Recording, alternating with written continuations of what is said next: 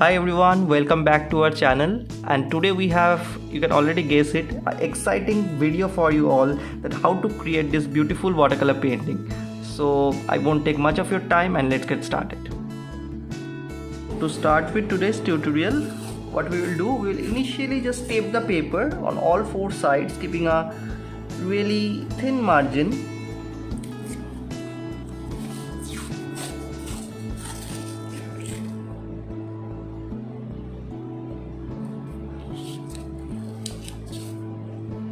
And it's preferable to use a small size paper so it will be easier for you to control the water.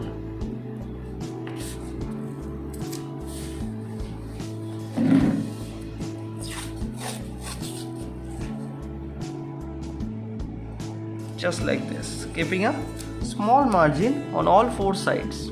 So to start with, initially see, we are going to make a boat over here, over the lower half of the paper, almost near this 1/3 of the paper. So let's make a small boat. Making the boat is really easy, just a structure like this. Slightly bigger on one side so that it seems the boat is facing in some other direction, going in this side, that kind of feeling. And this much, a very small boat in the paper, as if you can fit almost 2.5 of it on this side, that kind of, and a straight line like this, and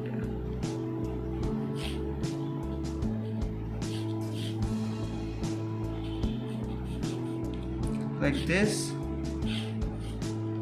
We're going to make a small human figure over here, just bit, nothing much, and another one over here. Okay, that's it, a little bit of drawing, nothing much to do in case of the drawing, and we can start with the coloring. The colors we are going to use today are going to be burnt sienna, are going to be cobalt blue, and I'll be using a little bit of vermilion. Okay, so keeping this aside, let's get started. I have taken a little amount of cobalt blue on a section of my palette like this. Okay, now we have to dilute the paint before putting it on the paper. I have taken a brush like this, is size 4 brush of brush stroke. I'll just dip it in clean water, and then I'll put the water on the background area, keeping aside the boat. I just make sure the water doesn't mix into the boat.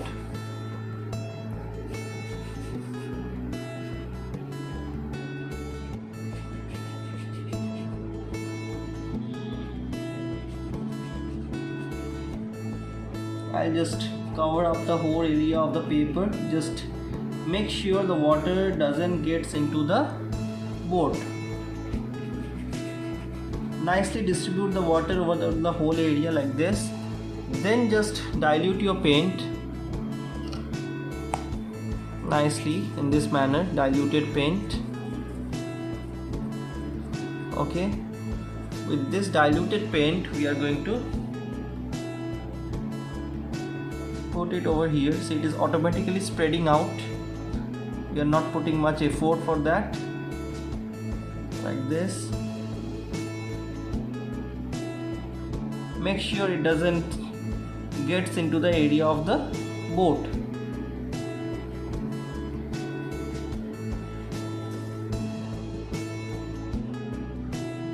Like this. Okay. Now what I'll do, I'll just take up a little bit more smaller brush. I'm just keeping this aside. I'll take up a little bit more smaller brush. It's size 2 of brush stroke right now. And with that, I'm going to mix up some more paints. A slightly different version basically. So I already have this paint, which is the blue one, cobalt blue color. I'll take a little bit of burnt sienna from here, and I'll just mix a little bit of burnt sienna, which will turn the blue color in a slightly different version of blue, which is slightly more darker as well. Okay, so with that blue color,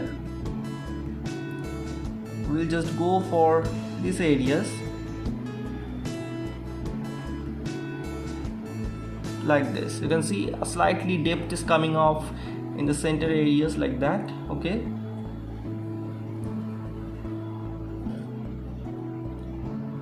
over here also like this. There should be color variation. The color variation is very important.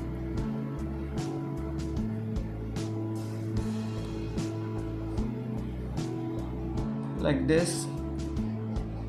A little bit more brownish tones you can add on like this, and then I just add on some little more brownish tone like this, turning the blue color slightly on the brownish side, and we can add a little more color variation like this on one side, not everywhere, so that it seems this background thing we are making is just a off-focused version of some background trees or landscapes or anything. Like this, you can see the color variation happening. It's very prominent right now, but it should be random. The ups and downs, everything, it should be random.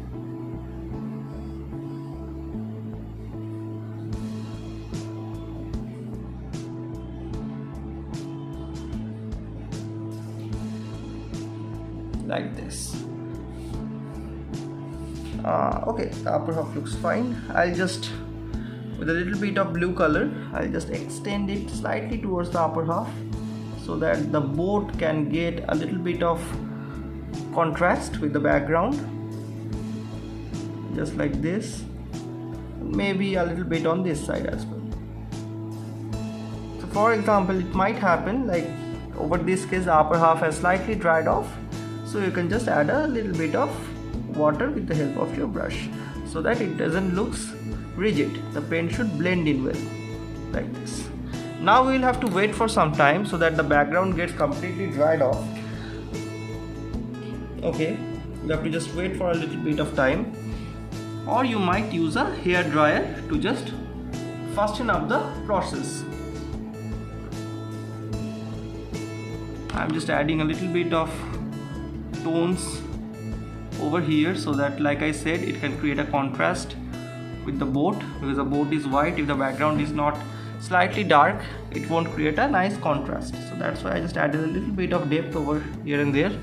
That's it. So just wait for a minute. It will get dried off till then. So now you can see the area has completely dried off. So what we need to do right now is we need to take a little bit of vermilion.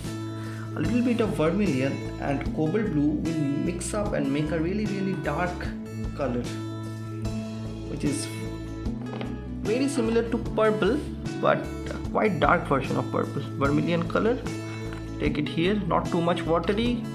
With that, let me mix a little bit of this cobalt blue over here. I'm getting a reddish tone, okay, but I don't need a reddish tone. I need a little bit more blue right now so that the thing can turn into a purplish tone. So it's more of cobalt blue, less of vermilion, making it a purplish tone like this. This should be your color mixture. So with this kind of a color mixture, I'll just take it, not too watery but a little bit of flowy mixture. Get rid of the extra water and be very thin stroke you have to give over here like this, smart strokes.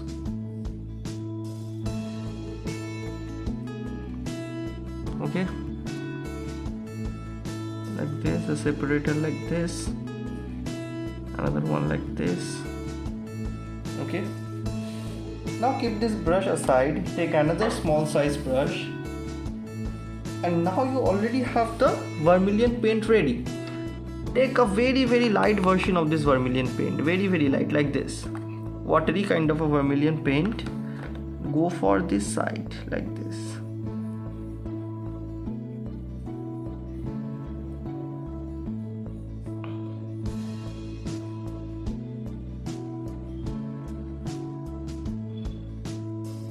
This is the off-focused utensils or whatever is there in the boat.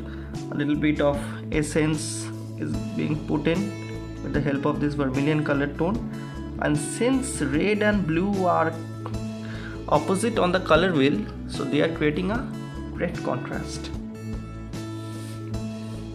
Also, once again, I will just be back to the violetish tone that we have made earlier, and give a little bit of definition like structure through the border areas so that it looks nice like this. Okay, now on this side of the boat, we're going to make with the same color but very lightly.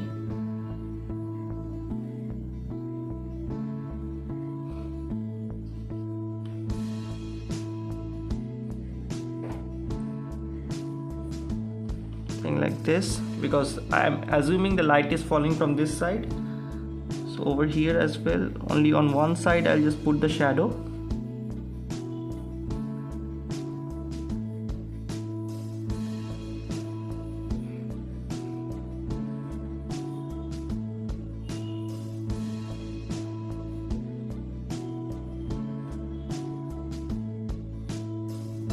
Since the boat is a curved structure, that's why this kind of shadows are falling in such a way, like this. A small human figure I was planning to make over here like this. Another human figure I was also planning to make on this side. I'll just prefer him to be wearing a slightly bright clothes, maybe reddish ones, like this. And for the shadowish part, we can use the vermilion and blue mixture on the part of the shadow of the human figure like this, and his head over here like that. We'll have to make the reflection or the shadow of the boat.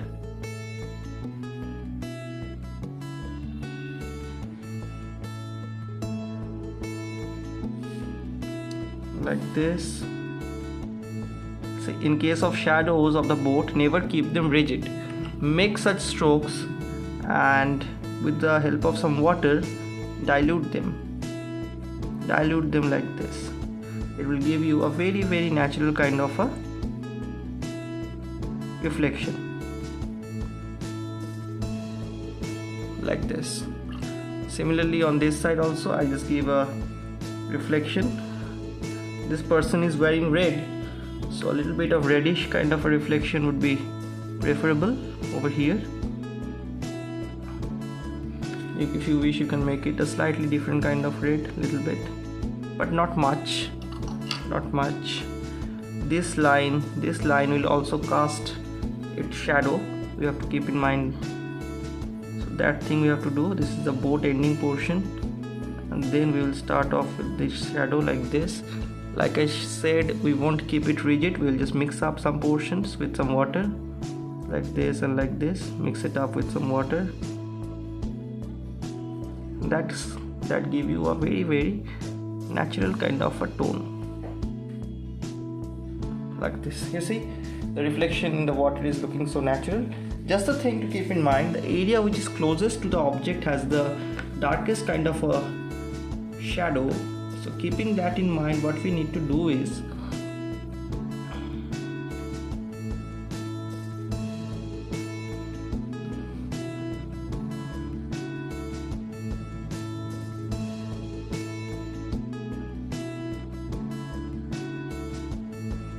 a little bit more darker shadows in the areas which is closest to the boat, but never make them rigid. Like I said, with some water, always blend them this way. A little bit finishing touches here and there, like over here.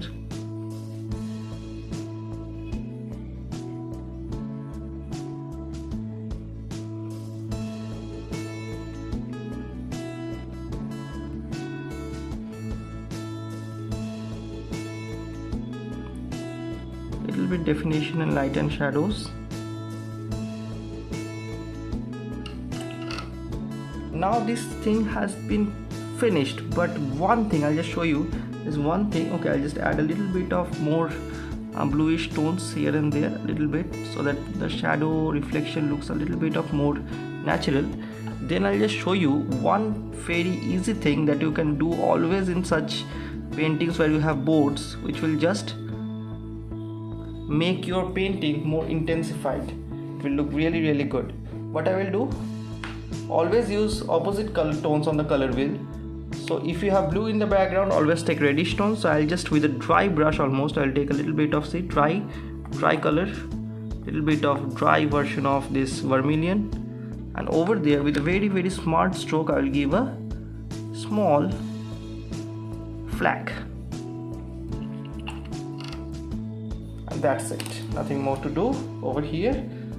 So I'll just remove off the masking tape, and you will see we'll be getting a very nice kind of a margin which will look really nice like this.